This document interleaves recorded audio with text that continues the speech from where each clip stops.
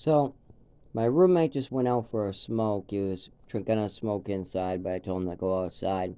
And then I put in a piece of candy because I'm out of lozenges at this time. But I wanted to explain how pharmaceutical companies are worse than cigarette manufacturer companies. They're both bad, but one's worse than the other. I'm gonna go over why. So first of all, the lozenges do work. Cigarettes make it hard for me to breathe. They make my seizures and shakes worse. So does nicotine in general. But breathing it in has a million problems with it, so I switched to lozenges. I had about a year with nothing. I went to vaping to nothing, and then I started up because I was around smokers all the time, and I made a decision to ask for one. And that was a big mistake, asking for a cigarette, because then the next week I asked for another one, and then the next 3 days I asked for another one, and then the next day I asked for another one, and before I knew it, I was smoking again. But this time I'm just doing lozenges and patches until I get away from my roommate, and then we're going back cold turkey. We're just going to quit it all, suffer for a couple days, and that's it. Really what I mean by suffering is not being able to sit still, being very aggravated, and not being able to put up with assholery. And I have a lot of other people's assholery to deal with in life. A lot of other people's decisions that I have to clean up. Anyways, so, when I shop for lozenges, I want the most effective, best tasting lozenge for the best price. Now, there's a cigarette manufacturer that would be the Camel Company, or I think it's RJ Reynolds, but I'm not 100% sure. But I believe the manufacturer of Camel is RJ Reynolds. Well, the same manufacturer of Camel came out with their own Nicorette lozenges, or nicotine lozenges, I guess you would call them. Meanwhile, the Nicorette pharmaceutical companies, the ones who have the pill presses, make their own Nicorette lozenges too, but they're pressed out like pills. Now, the ones that you get at the Walgreens or the pharmacy called Nicorette lozenges are low quality, and they cost $13 a bottle. The last one I bought cost me $12.99. You get 20 lozenges, and they're pumped out like pills. They taste god awful, they're chalky, they don't put much sugar in them, and they just taste awful, and you have no choice in flavors. It's pretty much mint, cinnamon, or citrus. That's all. They don't give you much choices in flavor, and they're not individually wrapped. They're all loose in a bottle. There's powder in the bottle. They break up in the bottle. So they're low quality. You pay $13 for 20. They're pressed out like pills, and they're made by the pharmaceutical manufacturers. Okay, well, let's see what the cigarette company, RJ Reynolds, has done with theirs. Okay, so keep in mind the pharmaceutical companies that make the Nicorette lozenges pay about maybe $1 to manufacture a bottle, and they're charging you 13. They're low quality, cost saving. They're trying to push them, and insurance does not cover them. Now let's talk about the cigarette company, RJ Reynolds.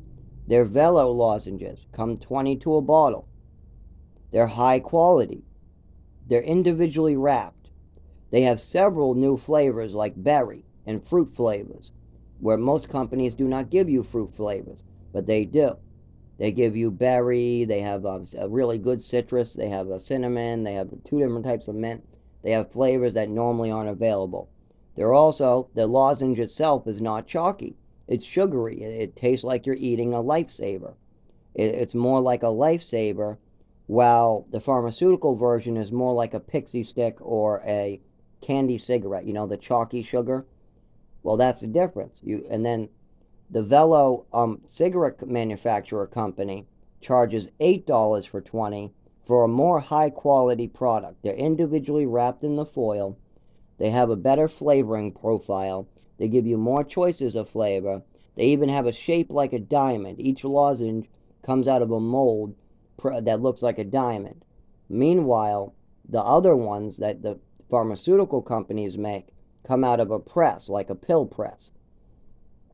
So, why would a cigarette manufacturer company have a better quality, individually wrapped, cheaper product, while the pharmaceutical companies that make billions have a cheap, awful tasting, chalky, not individually wrapped, super expensive lozenge?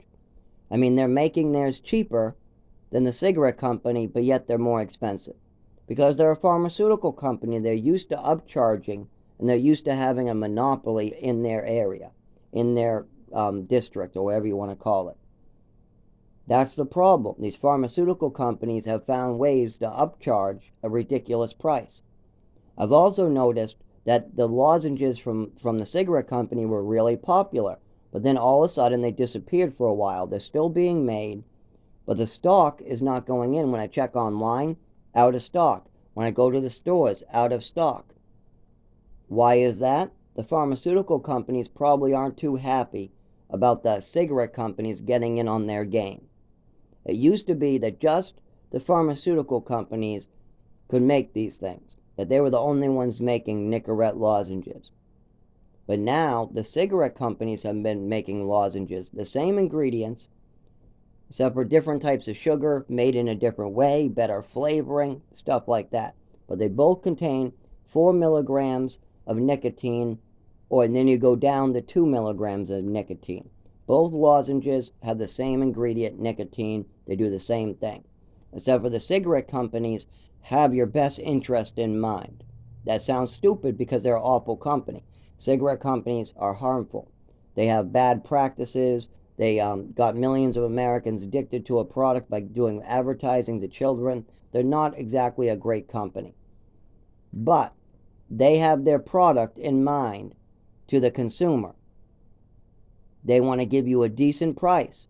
They still are making a profit. They want to give you a high quality product. Each one is individually wrapped. They give you a better bottle to keep them in.